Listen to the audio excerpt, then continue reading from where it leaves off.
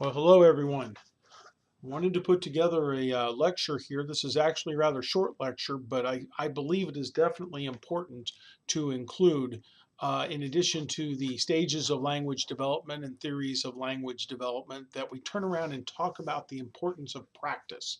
That's why I refer to this as social speech. There is no better way for children to learn language than to basically practice it, and you can sort of see the progression of their practice as they get older and the level and extent to which they do this. So let's go ahead and get started. In terms of the development of social speech, there are certain characteristics of speech that you need to be aware of. As we mentioned, there are aspects such as hollow phrases, learning to speak in sentences and syntax. But now I want to talk about the development of social speech and how conversation really gets started. All right. Children learn best by talking to other people, be it adults, be it other children, and so on. And a lot of this really begins by about 30 months of age, about 2.5 years of age is when we tend to see conversations start. And conversations with other kids or with their parents or with teachers and things like that, around this age, they become more relevant. Okay. Conversations are not just spit out what's on my mind. We actually start to see that they are more relevant to others' comments. So you're responding to what other people say rather than just blurting out, as some toddlers might do, what's on their mind. In fact, by age 2.5, we will see kids turn around and start to not only talk with others, but they'll start to ask for clarity on things. Uh, uh, if they don't understand something, they'll say things such as, what is that, or why, or all of those, or how, or why not. You get that a lot from kids. Why not? They're wanting clarity. You don't tend to see that before age 30 months or 2.5 years, but this shows an improvement of speech that hasn't been there up until this point. By age 3, we tend to find that there are quite the advances by 36 months of age, 3 years of age, in communication in children. One of the things that's really fascinating to see their development in social speech is they begin to want to clarify things. All right, they want to turn around and make sure they understand things, and so they will ask the appropriate questions. Is that what you want me to do? Is this where we're going? Why are we doing it? So on. You also start to see things by age 3, such as misunderstandings, things such as I didn't do it. Um, it's not my fault. That's sort of a way to try and correct things in their mind. Language by this point has grown in such value that children realize, instead of violence, we're talking small children, instead of hitting one another or getting mad or taking something, they can use language to resolve problems. By 3 years of age, that awareness begins in children. And so they begin to talk with other children, and it really does improve dramatically. 3 years of age is really a turning point. 2.5 is important, but 3 is really a turning point when they can use language to resolve a problem, to get a point across, and so on. In terms of about age 4, usually about age 4, children begin to develop a knowledge of the fundamentals of conversation. All right. Um, First, beginning a conversation, children are learning how to start a conversation. They're learning how to take turns in a conversation. I think that very important, and they're learning how to end a conversation. So those three things, while not mentioned here in the slide, I think are very important. Knowing how to start a conversation, how to take turns, and how to close a conversation. All right. Additionally, children start to shift their speech and change it based on the knowledge of the listener. They can actually by age 4 start to increase their explanation or decrease it based on what they perceive is the intellect, the knowledge of the person. Is it a child younger than them? Is it someone their age? Is it someone older? They can adjust things that way. And they really start to realize that if there's problems, they're really getting good at this point dealing with disputes by talking them out. All right, by listening to another and talking them out. And that in and of itself is a fantastic state to be in. It really, truly is. By age 5, I don't know how else to put it. By age 5, they really have a good control of the elements of conversation. According to Dr. Philip Zimbardo, it's not mentioned in your book, by age 5, they're ready to go to school and they typically know upwards of 14,000 words, all right, on average, 14,000 words by the time they start school.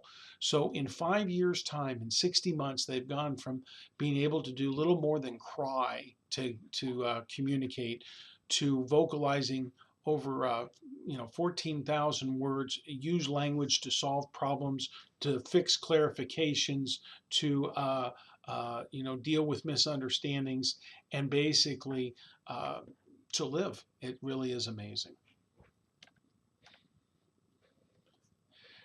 With all that being said, there's something to be said about 4 other elements, and that is what we call phenomenons of early speech.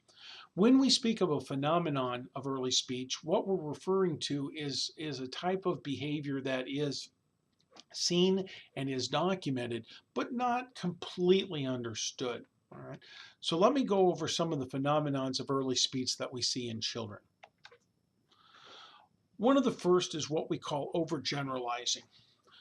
Sometimes children will turn around and they will, as we call, overgeneralize concepts and terms. And by overgeneralize, what I mean is this. I'll give you an example. Children will turn around and maybe in their house they have a cat. Mom and dad have a cat. And so very early in life, when they're 1 or 2 or 3 or 4, they'll learn the word cat. You've got this 4-legged animal walking through the house with long hair. They call it a cat.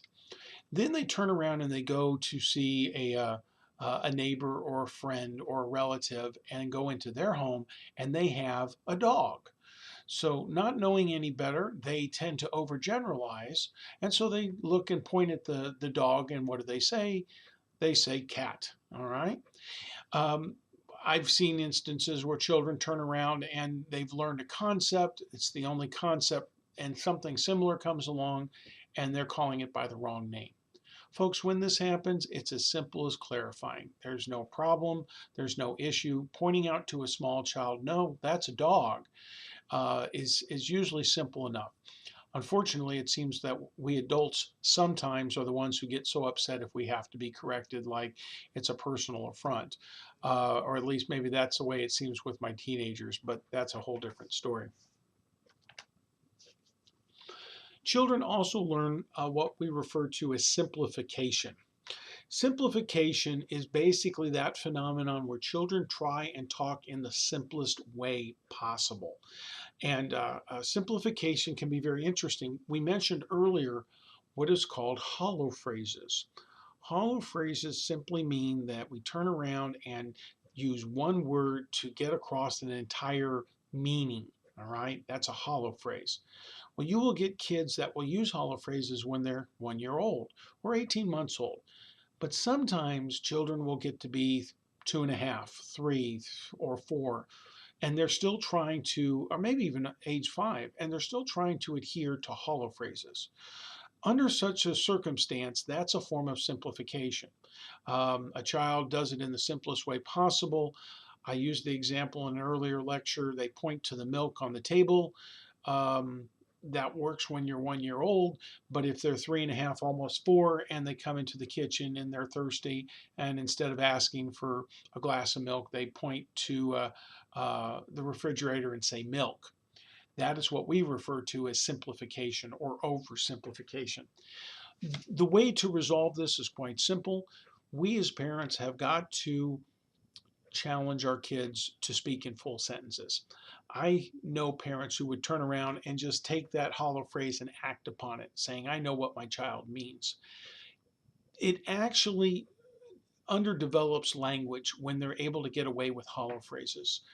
They don't get the practice, the social speech in, and it can be a hindrance when they get older.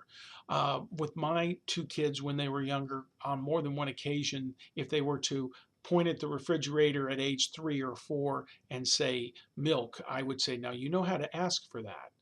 Okay. And you just have to know my kids. Sometimes they stay with that hollow phrase 2 or 3 more times milk, milk. And I say, you know how to ask for it. And they would get upset. But usually they would break down and we would practice it. Can I have milk, or milk please, and things of that sort. And we got through it. It was just a short phase, but I'm glad we worked our way through it rather than giving in. I will say this about simplification before I move on to this next concept.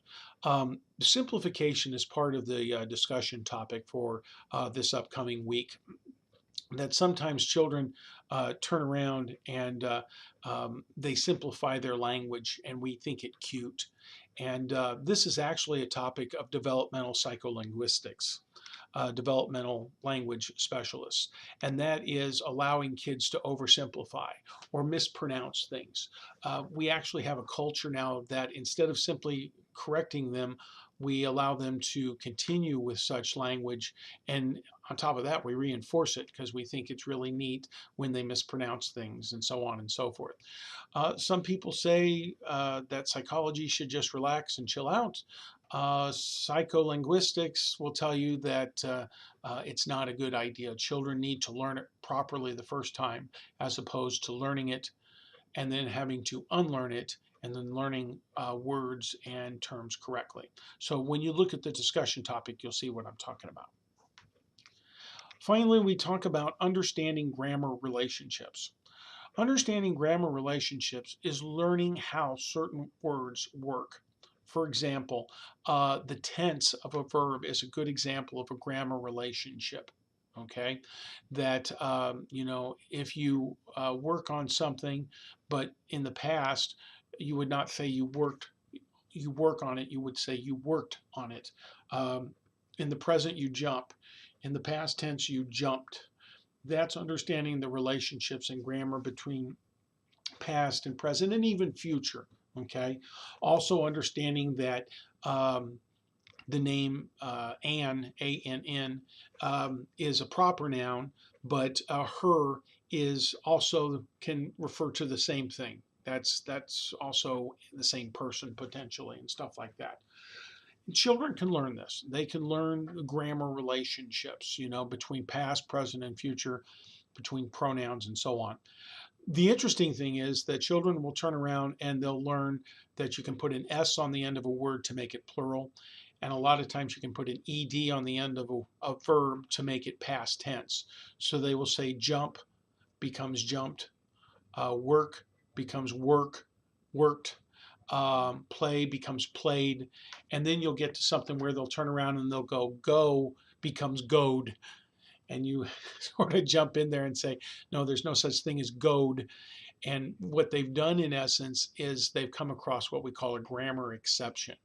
This is also a phenomenon of early speech that can be a little trying for children. Go becomes went.